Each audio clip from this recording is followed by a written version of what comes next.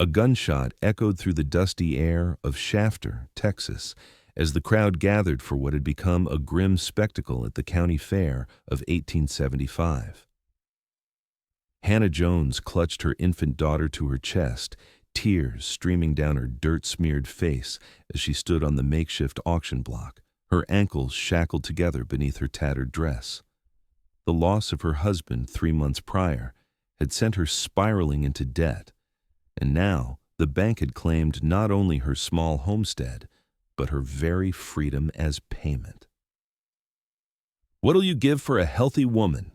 bellowed the auctioneer, a heavy-set man with a handlebar mustache and cold eyes. "Good for cooking, cleaning, and child-rearing. Comes with a bonus, a healthy girl child." Hannah's body shook with silent sobs as she held her daughter tighter, the baby sensing her mother's distress and wailing louder. The crowd shifted uncomfortably, some turning away, others watching with predatory interest. This was the new West civilization bringing its own brand of cruelty to the frontier. "Do I hear $50? Called the auctioneer, his voice cutting through the baby's cries. From the back of the crowd, a tall figure pushed forward. His spurs jangled with each purposeful step, his face shadowed beneath the brim of a weathered Stetson. Nicholas Owens had ridden into town that morning, trail dust still clinging to his denim and leather, his reputation as one of the most skilled horse trainers in the territory preceding him. Before the auctioneer could call for the first bid, Nicholas raised his hand. The crowd fell silent. Hannah looked up through tear-blurred eyes at the stranger who now commanded everyone's attention. "This ain't right," Nicholas said, his voice quiet, yet carrying across the hushed gathering. "This woman ain't property to be sold." The auctioneer's face reddened. "The bank has legal claim to her labor until her debts are paid. That's the law." Nicholas's jaw tightened as he moved closer to the platform. "I'll settle her debt." "How much?" $285. The banker, a thin man named Wilkins, stepped forward with a ledger in hand. "Plus interest and fees." Nicholas reached into his vest and pulled out a leather pouch. The crowd watched in stunned silence as he counted out gold and silver coins, placing them on the auctioneer's table with deliberate movements. $300, Nicholas said firmly. "That covers everything and then some." The banker's eyes widened at the sight of the money. He nodded reluctantly, and the auctioneer, knowing when to cut his losses, signaled for Hannah to be released. As the shackles fell away, Hannah stumbled forward, still clutching her child. Nicholas caught her elbow to steady her, his touch gentle despite his calloused hands. "Why?" Hannah whispered, her voice hoarse from crying. "Why would you help a stranger?" Nicholas's eyes, blue as the Texas sky, met hers. "Because no child should see their mother treated like that, and no woman should be sold like cattle." The crowd began to disperse, some muttering disapproval, others nodding with newfound respect for the stranger. Nicholas guided Hannah away from the auction block, his hand still supportively at her elbow. "My name's Nicholas Owens. I've got a place outside town. You and your little one can stay there until you get back on your feet." Hannah pulled back slightly, wariness in her eyes. "I won't trade one form of servitude for another, Mr. Owens." A ghost of a smile touched his lips. "Never asked for anything in return, Mrs. Jones, Hannah Jones, and this is Sarah." She glanced down at her now quieting daughter. "Mrs. Jones, I'm offering you a job as my housekeeper, with fair wages and a roof over your head. Nothing more, nothing less. You're free to leave anytime you choose." Hannah studied his face, searching for deceit and finding none. After a moment, she gave a slight nod. "Until I can make other arrangements."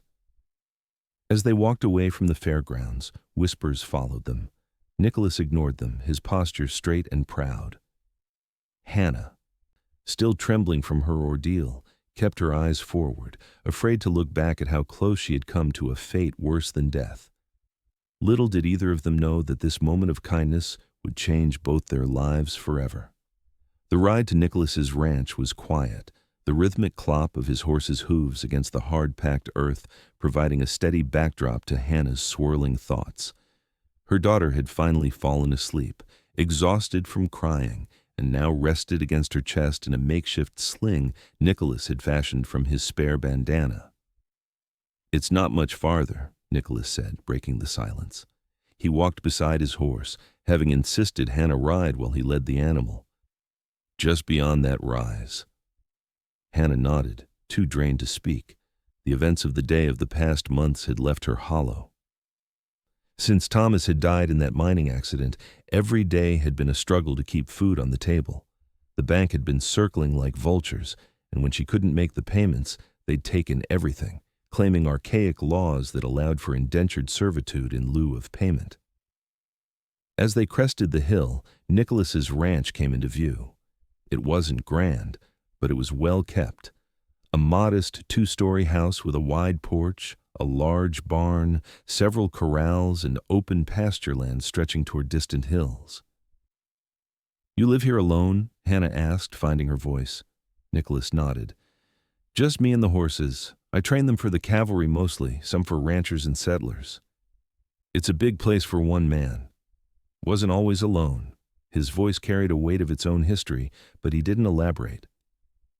"Let's get you settled." The inside of the house was surprisingly clean but Spartan. A large front room served as both kitchen and living area, with a stone fireplace against one wall. A staircase led to what Hannah assumed were bedrooms above. "You can have the room upstairs to the right," Nicholas said, helping her down from the horse. "There's a small connecting room that might work for your daughter." Hannah followed him inside, clutching Sarah to her chest. The enormity of her situation was beginning to sink in. She was homeless, penniless, and now dependent on the kindness of a stranger. "Why are you really doing this, Mr. Owens?" she asked as he showed her to a simple but clean bedroom. Nicholas paused in the doorway, his tall frame filling it. "My ma found herself in a similar position after my pa died. Nobody helped her." His eyes, when they met hers, held memories of old pain. "I was 8 when they took her to work off her debts. Never saw her again." Hannah's throat tightened with emotion. "I'm sorry." "Don't be. Just get some rest. There's a wash basin there, and I'll bring up some hot water. We can talk more in the morning." After he left, Hannah sat on the edge of the bed, gently placing Sarah beside her. The baby's face was peaceful in sleep, unaware of how close they had come to being separated forever. "We're safe for now," Hannah whispered, though the words felt fragile in her mouth. She had learned the hard way that safety was often temporary. That night, Hannah slept fitfully, waking at every creak of the house and cry from Sarah. In the darkest hour before dawn, she heard movement downstairs, heavy boots on wooden floors, the soft closing of a door. Peering through her window, she caught sight of Nicholas crossing to the barn, a lantern lighting his way. Even at this hour, it seemed he was at work. When morning came, Hannah, dressed in her only other dress of faded blue cotton that had seen better days, and made her way downstairs with Sarah. The kitchen was empty, but a fire burned in the stove, and a pot of coffee sat warming on top. Unsure of what to do, Hannah decided to make herself useful. She found flour, lard, and some dried apples in the pantry. By the time Nicholas returned from the barn, she had a batch of biscuits in the oven and was slicing bacon to fry. He stopped in the doorway, surprise evident on his face. "You didn't have to do that." "You said you were hiring me as a housekeeper," Hannah replied, not looking up from her task. "I'm earning my keep." Nicholas removed his hat, revealing thick, dark hair that curled slightly at his collar. "Fair enough, but you could have rested another day."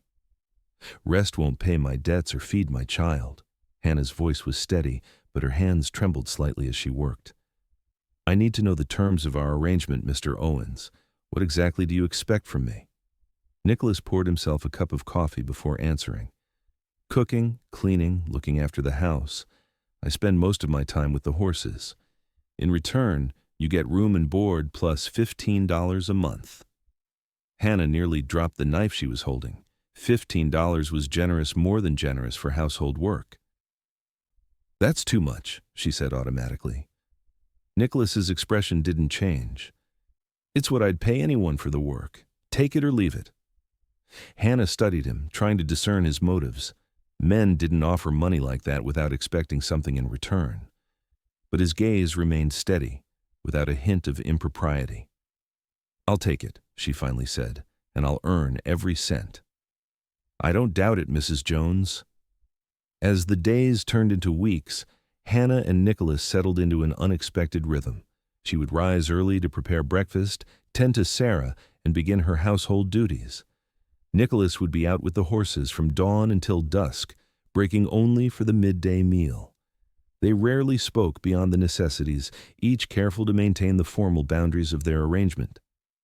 But Hannah couldn't help noticing things about him: the gentle way he spoke to the horses, how he always removed his hat and boots before entering the house, the fact that he never raised his voice, even when frustrated. One evening, about a month after her arrival, Hannah was hanging laundry on the line behind the house when she heard unusual sounds from the largest corral. Curious, she placed Sarah in her basket and walked to the fence. Inside, Nicholas was working with a magnificent black stallion. The horse was wild-eyed and lathered, clearly resistant to being tamed, yet Nicholas moved with it in an almost hypnotic dance, never forcing, always guiding. "Easy now," he murmured, his voice carrying on the still evening air. "Nobody's going to hurt you. Just need to understand each other, that's all." Hannah watched, transfixed. As man and horse circled each other, there was something beautiful in the way Nicholas commanded respect without demanding it, in how he anticipated the stallion's moves before they happened. The horse suddenly reared, its hooves dangerously close to Nicholas's head. Hannah gasped, but Nicholas didn't flinch. He stood his ground, speaking in that same calm voice until the horse settled. "You have a way with them," Hannah said when he finally approached the fence, wiping sweat from his brow. Nicholas glanced at her, seemingly unsurprised by her presence. "They're honest creatures, no pretense. If they don't like something, they let you know." "Unlike people?"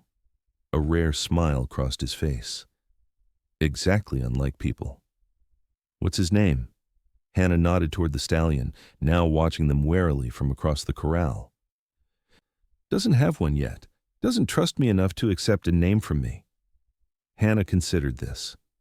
"That's an unusual way to think about it." Nicholas shrugged. "Names are important. My Comanche friends taught me that. A name is a kind of bond." "You have Comanche friends?" Hannah couldn't hide her surprise. The Comanche were feared throughout Texas. "I do. Good men. Taught me most of what I know about horses." He leaned against the fence post. "Not everyone out here sees only enemies." Hannah felt a flush of shame, how quick she had been to assume. "The stallion," she said, changing the subject. "He reminds me of thunderclouds gathering on the horizon. Powerful, but distant." Nicholas studied the horse with new eyes. "Storm," he said thoughtfully. "Might suit him." That evening, they shared a meal at the kitchen table, and for the first time, conversation flowed between them. Nicholas spoke of his years learning from the Comanche, of the horses he'd trained for the cavalry, of the changing landscape as more settlers pushed westward. Hannah, in turn, told him about growing up in Virginia, about meeting Thomas at a church social and following him west with dreams of building a life together. She spoke of his death in the copper mine, of how quickly their small savings had vanished, of her desperation as the bank's threats grew more ominous. "They came in the night," she said quietly, her eyes fixed on her sleeping daughter in the cradle beside the table. "Two men from the bank with the sheriff. Said they were seizing the property and that I'd work off the remaining debt." Her voice faltered. "When I refused, they took Sarah as collateral. Said I could have her back when the debt was paid." Nicholas's knuckles whitened around his coffee cup. "The sheriff was part of this?" Hannah nodded. "Sheriff Tanner. He and Mr. Wilkins from the bank are cousins. They control most of Shafter now." "That explains why nobody stopped the auction," Nicholas said grimly. "I've heard things about Shafter, but I didn't realize how bad it had gotten. Most folks are just trying to survive. Standing up means becoming a target." Nicholas was quiet for a long moment. "What would you do, Mrs. Jones, if you could do anything now?" Hannah looked up, startled by the question. No one had asked what she wanted in so long.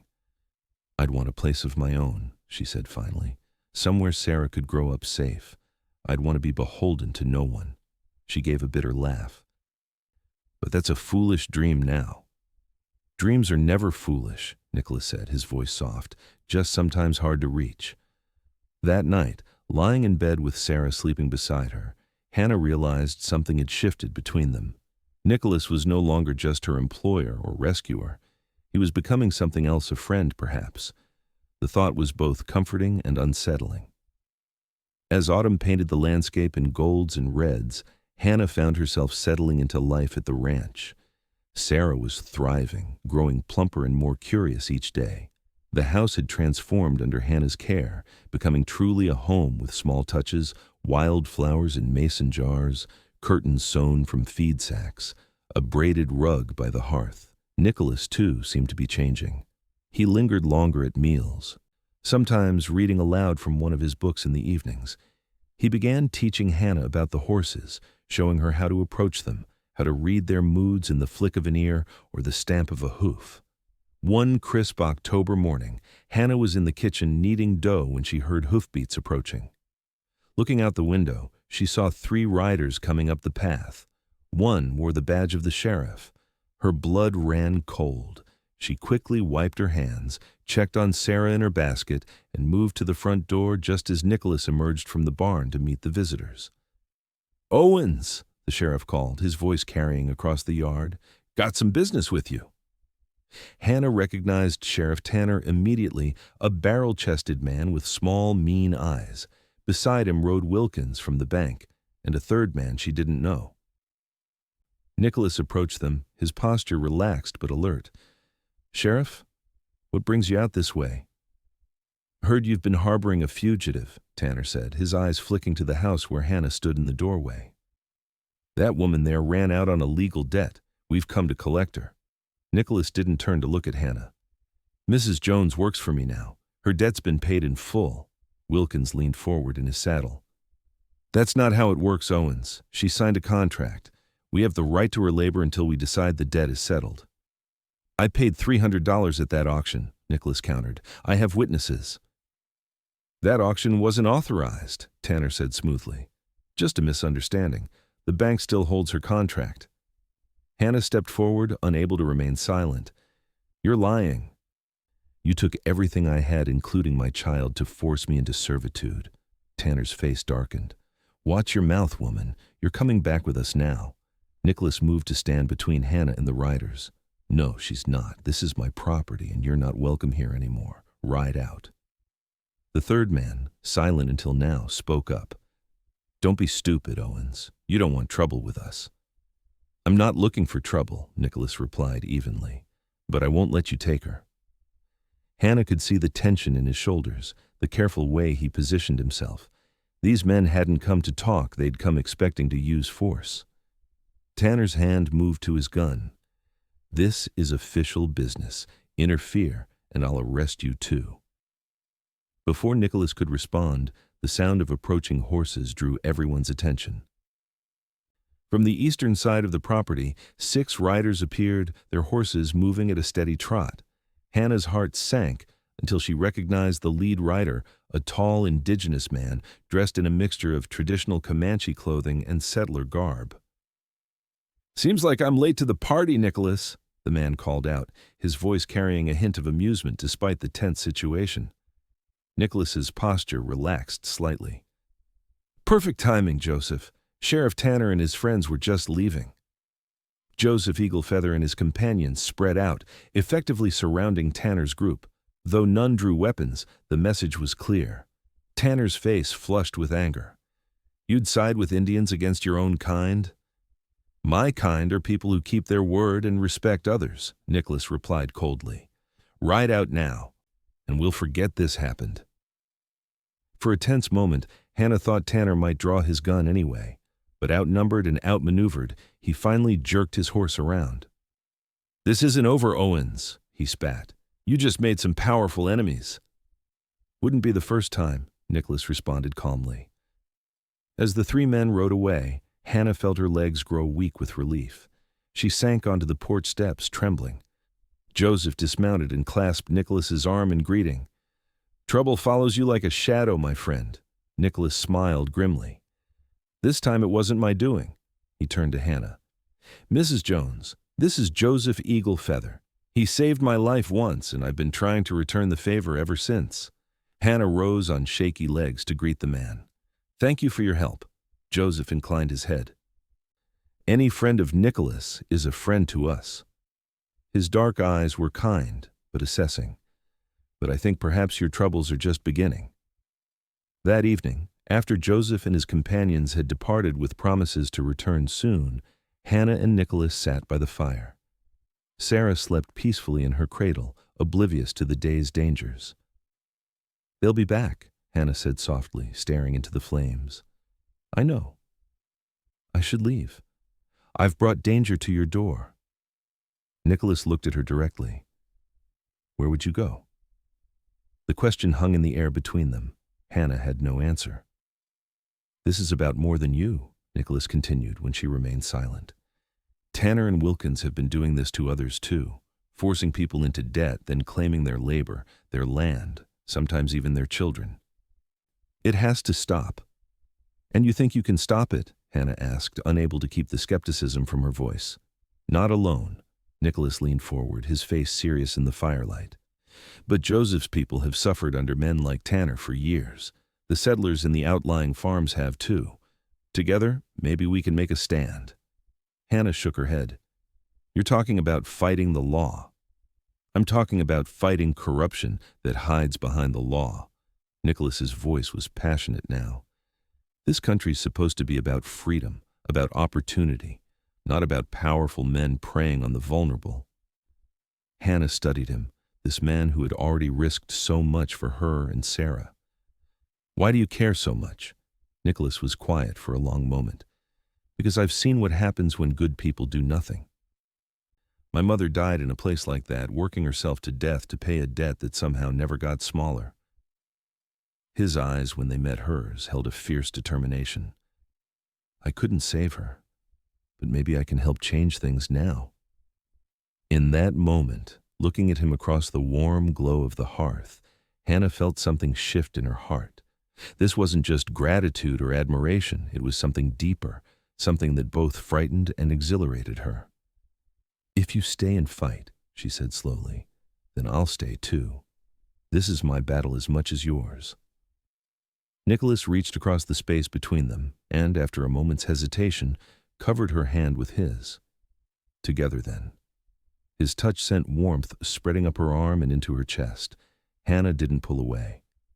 The next morning, Nicholas rode out at dawn to visit neighboring homesteads, spreading word about Tanner's corruption and gauging support for standing against him. Hannah threw herself into preparations, knowing that trouble would come sooner rather than later. She was in the garden harvesting the last of the season's vegetables when she heard a horse approaching. Shading her eyes against the late morning sun, she recognized the rider as a young woman from one of the closest farms. "Mrs. Jones?" the girl called, reining in her horse.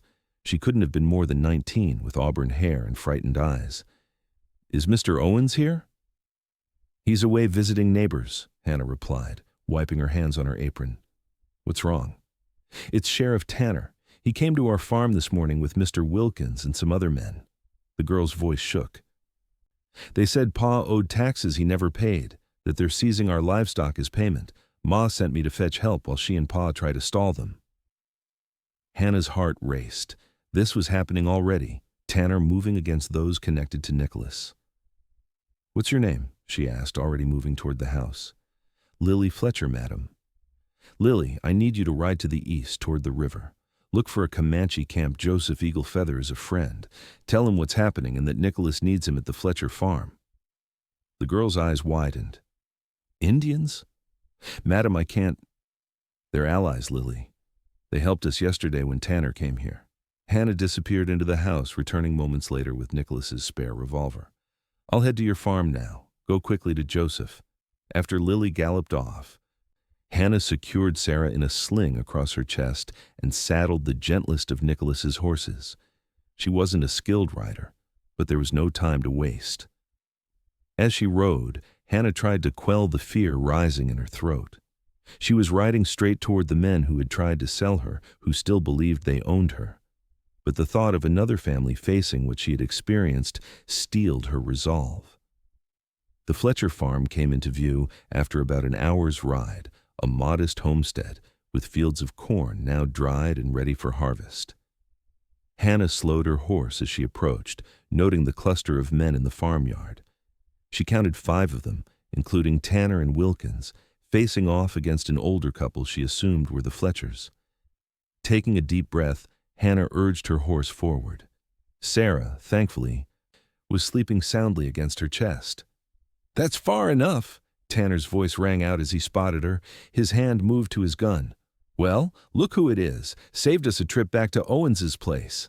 Hannah reined in her horse but didn't retreat. "Leave these people alone, Tanner. They've done nothing wrong." Mrs. Fletcher, a gray-haired woman with a careworn face, looked at Hannah with surprise and gratitude. "This isn't your concern," Wilkins said, stepping forward. His thin face was tight with anger. "These people owe back taxes. We're just collecting what's due." "Like you collected from me," Hannah challenged, her voice stronger than she felt. "By making up debts, taking everything, and then claiming we still owe more." Mr. Fletcher straightened his stooped shoulders. "Is that true? Is that what they did to you, madam?" Before Hannah could answer, one of Tanner's men moved toward her horse. "Let's just take her now. Owens ain't here to stop us." Hannah's hand moved to the revolver hidden in the folds of her skirt. "Stay back." The sound of approaching horses drew everyone's attention. Nicholas appeared over the rise, and behind him rode at least a dozen others, farmers and ranchers from the surrounding area, men and women Hannah recognized from town. Tanner cursed, his hand now fully on his gun. "What is this, Owens?" Nicholas dismounted, his movements deliberate. His eyes sought Hannah first, relief evident when he saw she was unharmed. "These people deserve to know what you've been doing," Nicholas said, addressing not just Tanner and Wilkins, but the assembled neighbors as well. "How many farms have you seized this year? How many people have you forced into indentured servitude?" "We enforce the law," Tanner growled. "These people owed debts they couldn't pay." "Funny how those debts always seem to appear right when folks are most vulnerable," Nicholas countered. "After a death, a bad harvest, a sickness." Murmurs of agreement rose from the gathered neighbors. Hannah realized many of them had experienced Tanner's predatory tactics themselves or had witnessed them used against friends. "You have no proof of wrongdoing," Wilkins interjected, though his voice lacked conviction. "Don't I?" Nicholas reached into his saddlebag and withdrew a leather-bound ledger. "This was in your bank office, Wilkins. Your clerk was happy to provide it when I explained what was at stake." Wilkins's face drained of color. "You stole that. It's bank property." "I borrowed evidence of your crimes," Nicholas corrected. 2 sets of books, one for the bank examiners, one for your actual dealings. Loans recorded at twice their actual amount. Payments never credited. Interest rates changed without notice." The crowd's murmurs grew louder, angrier. Tanner's men shifted uneasily, outnumbered and facing mounting hostility. "This is sedition," Tanner shouted, drawing his gun. "I'll have you all arrested." The click of a rifle being cocked sounded from behind them. Joseph Eaglefeather and his companions had arrived, silently taking positions around the perimeter. "I don't think so," Nicholas said calmly. What happened next occurred so quickly Hannah could barely follow it. Tanner fired at Nicholas, the shot going wide as Mr. Fletcher tackled him from behind. Wilkins tried to run but was blocked by the neighbors. Within minutes, Tanner and his men were disarmed and restrained. As the chaos settled, Nicholas made his way to Hannah, his eyes never leaving her face. "You shouldn't have come alone," he said softly, helping her down from the horse. "It was dangerous." "I couldn't let them do to the Fletchers what they did to me," Hannah replied, adjusting Sarah, who had awakened during the commotion. Nicholas's expression softened. "No, I suppose you couldn't." His hand lingered on her arm. "Are you all right?" Hannah nodded, suddenly aware of how close he was standing, of the concern in his eyes. "What happens now?" she asked. "Now we take Tanner and Wilkins to the territorial judge in Austin. Joseph's agreed to help transport them. With the evidence in the ledger and enough witnesses, they'll face justice. And the people they've wronged, Nicholas smiled slightly. That's the better part. The judge can invalidate all those false debts, return seized property. It won't undo all the harm, but it's a start. As the neighbors organized themselves, preparing to escort the prisoners, Hannah felt a weight lifting from her shoulders. For the first time since Thomas's death, she could see a future that wasn't defined by fear and desperation. That evening, back at the ranch, Hannah watched Nicholas as he moved about the kitchen, helping her prepare dinner. There was an ease between them now that hadn't existed before a partnership forged in shared purpose and danger. "Why did you become involved in all this?" she asked as they sat down to eat. "You could have just paid my debt that day and walked away. You didn't have to bring me here, protect me, or fight Tanner and Wilkins."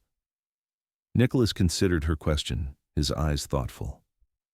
"When I saw you on that auction block, holding your daughter, something broke inside me.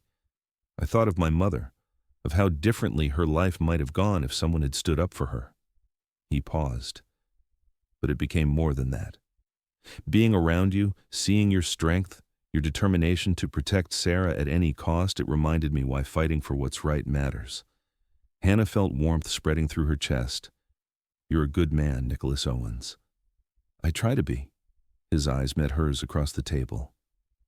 "Hannah, when all this is settled with Tanner and the judge, what will you do?" The question hung in the air between them, laden with unspoken possibilities. "I don't know," she admitted. "I have no home to return to." "You could stay," Nicholas said quietly. "Not as my housekeeper, but—" He hesitated, uncharacteristically uncertain. "The ranch is large enough for a family. Sarah could grow up with space to run, horses to ride." Hannah's heart quickened. "What are you asking?" Nicholas reached across the table, taking her hand in his. "I'm asking if you might consider building a life here. With me." "As your wife?" Hannah whispered, scarcely believing what she was hearing. "Yes." His fingers tightened around hers. "I know it's sudden. I know you're still grieving Thomas, and I wouldn't presume to replace him in your heart or in Sarah's life. But I care for you both, more than I thought possible. If you need time—" Hannah cut him off, her free hand reaching up to touch his face. "I don't need time. These past months you've shown me what kind of man you are. Kind, honorable, brave." Her voice wavered with emotion. "Thomas would want Sarah and me to be happy, to be safe. And I've found both of those things with you." Nicholas's face transformed with joy. He rose from his chair, drawing Hannah to her feet and into his arms. For the first time, they stood embraced, her head against his chest, his chin resting atop her hair. "I love you, Hannah Jones," he murmured against her hair. "I think I have since the moment you stood defiant on that auction block, protecting your daughter despite your fear."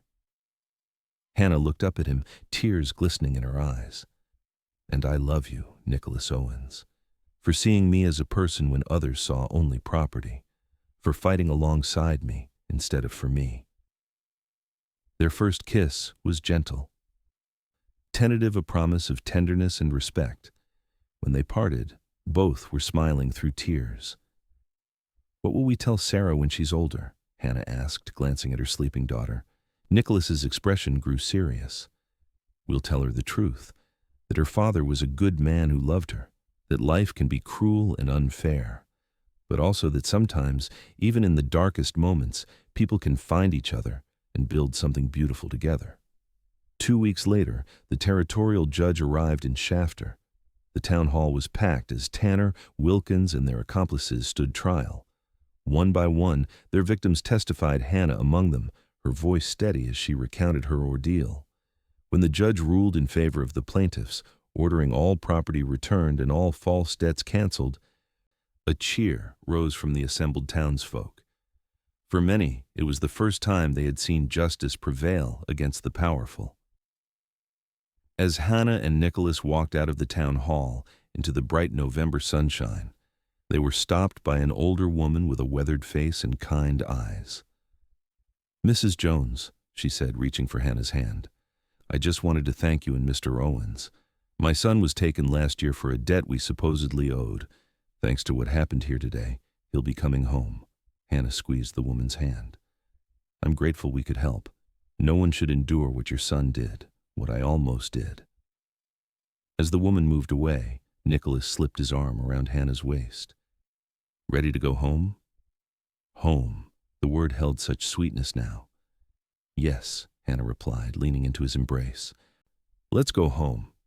They were married 2 days later in a simple ceremony at the ranch, with Joseph Eagle Feather and the neighbors who had stood with them against Tanner as witnesses.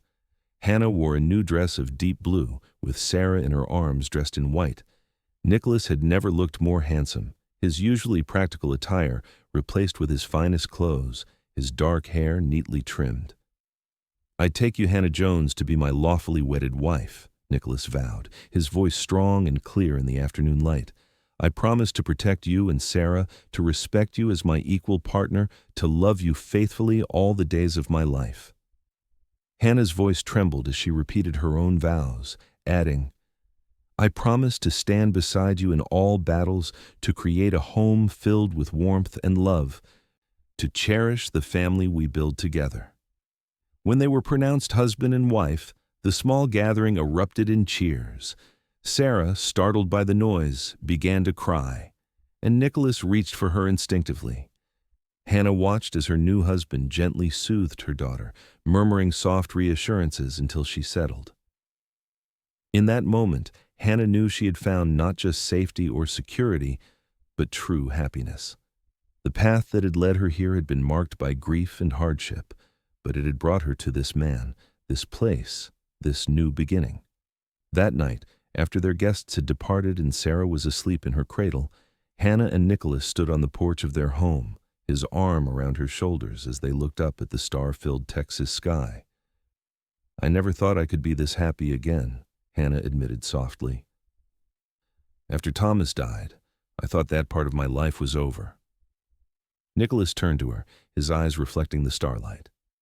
"Life has a way of surprising us, of giving second chances when we least expect them." "Second chances," Hannah repeated, leaning into his embrace. "I like that better than thinking of it as starting over. This isn't erasing what came before, it's building something new alongside it." Nicholas nodded, understanding in his gaze. "Sarah will know about her father, and she'll know she has 2 people who love her more than anything in this world." Hannah reached up to touch his face, her fingers tracing the strong line of his jaw. "I am so grateful that you raised your hand that day at the fair, that you saw me when I felt invisible." "I'll always see you, Hannah," Nicholas promised, drawing her closer. "Every day, for the rest of our lives." Their kiss sealed this new promise, this commitment to a shared future. Above them, the stars continued their ancient dance across the Texas sky, witnesses to this love born from courage and compassion in the unforgiving landscape of the American frontier. 1 year later, Hannah stood on the same porch, watching as Nicholas taught Sarah, now a toddler, how to feed a carrot to their gentlest mare. The little girl's laughter floated across the yard as the horse's soft muzzle tickled her palm. "Careful now," Nicholas instructed, his hands steady on Sarah's shoulders. "That's it. Just hold your hand flat." Sarah squealed with delight as the horse accepted her offering. "Daddy, she ate it!" The word still brought tears to Hannah's eyes sometimes. Sarah had begun calling Nicholas Daddy 3 months earlier, the name coming naturally to her lips one morning at breakfast. Nicholas had been so overcome he'd had to leave the table, returning moments later with suspiciously damp eyes. Hannah cradled her swelling belly, feeling the baby within shift and kick. The child would arrive with the spring, a brother or sister for Sarah, a child born of the love that had blossomed between Hannah and Nicholas. In the year since their wedding, Shafter had changed dramatically. With Tanner and Wilkins serving prison terms, a new sheriff had been elected, a fair-minded woman named Margaret Holloway, who had herself suffered under the previous regime. The bank was now run as a cooperative, owned by the townsfolk themselves. Joseph Eagle Feather and his people had been granted formal rights to hunt and fish on their ancestral lands nearby, a small victory in the larger struggle for justice. He visited often, bringing news and trading horses with Nicholas. The ranch had prospered too. Nicholas's reputation as a horse trainer had spread, bringing buyers from as far away as California. Hannah had started a small side business selling her preserves and baked goods in town, enjoying the independence of her own earnings. As Nicholas and Sarah made their way back to the house, Hannah felt a profound sense of gratitude wash over her. The path that had led her here from the depths of despair on that auction block to this moment of complete contentment seemed almost miraculous in retrospect. "What are you thinking about looking so serious?" Nicholas asked as he climbed the steps, Sarah now perched on his shoulders. Hannah smiled, taking his hand and placing it on her rounded belly. "I was thinking about journeys, about how the hardest roads sometimes lead to the most beautiful destinations." Nicholas's face softened as he felt their child move beneath his palm. "This is quite a destination we've found, Mrs. Owens." "The best possible one," Hannah agreed, standing on tiptoe to kiss him as Sarah giggled above them. "And our journey is only just beginning." As the sun set behind the distant hills, painting the sky in brilliant oranges and purples, the family made their way inside their home, a home built on courage, sacrifice, and a love that had begun with a single raised hand at a county fair, defying injustice and changing two lives forever.